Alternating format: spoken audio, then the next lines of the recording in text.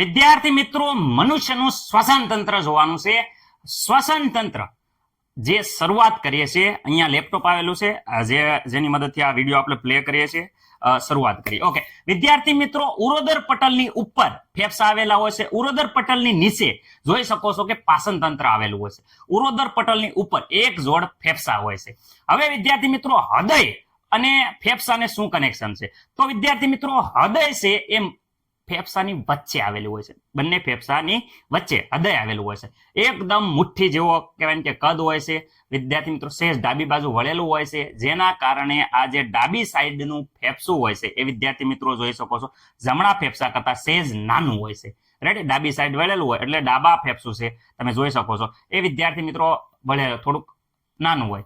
શરૂઆત નાસિકા કોટરથી થાય છે અને વાયુ કોષ્ટકમાં પૂર્ણ થાય છે. આખું શ્વસન તંત્ર એ વિદ્યાર્થી મિત્રો મજબૂત હાડકાની બનેલી જે પાસળીઓ છે એનાથી રક્ષિત થયેલું હોય છે. હવે અહીંયા જોઈ શકો છો ગમે એટલું છાતી ઉપર તમે દબાણ આપો તો પણ હૃદય કે ફેફસા દબાઈ જતા અટકાવવા માટે આ પાસળીઓ આવેલી હોય છે. હાડકાની બનેલી એકદમ મજબૂત પાસળીઓ છે.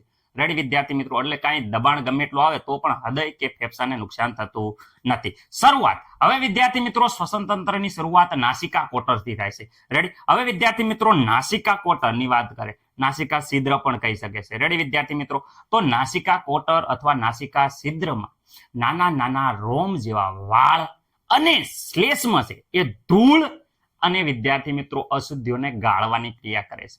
પછી વિદ્યાર્થી મિત્રો અહીંયા ગળામાં રેડી કંઠનળી, સ્વરયંત્ર, પછી શ્વાસનળી.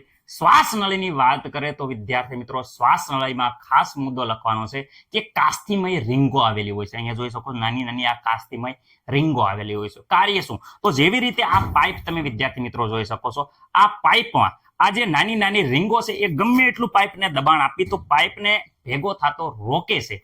એવી જ રીતે વિદ્યાર્થી મિત્રો આ શ્વસન તંત્રમાં પણ એવું જ કાર્ય વિદ્યાર્થી મિત્રો આ કાસ્થિમય રીંગો કરે છે. હવે વિદ્યાર્થી મિત્રો આગળ વધે, આ માર્ગ તમારે ખાસ યાદ રાખવાનો છે કારણ કે ઘણા બધા વિદ્યાર્થી ભૂલી જાય છે. સર આ મારું કઈ ખબર નથી પડતી. યાદ રાખજો, પહેલા શ્વાસ નળી આવે. શ્વાસ નળી, શ્વાસ નળી વિભાજિત થઈ અને શ્વાસન વાહિનીઓ બને.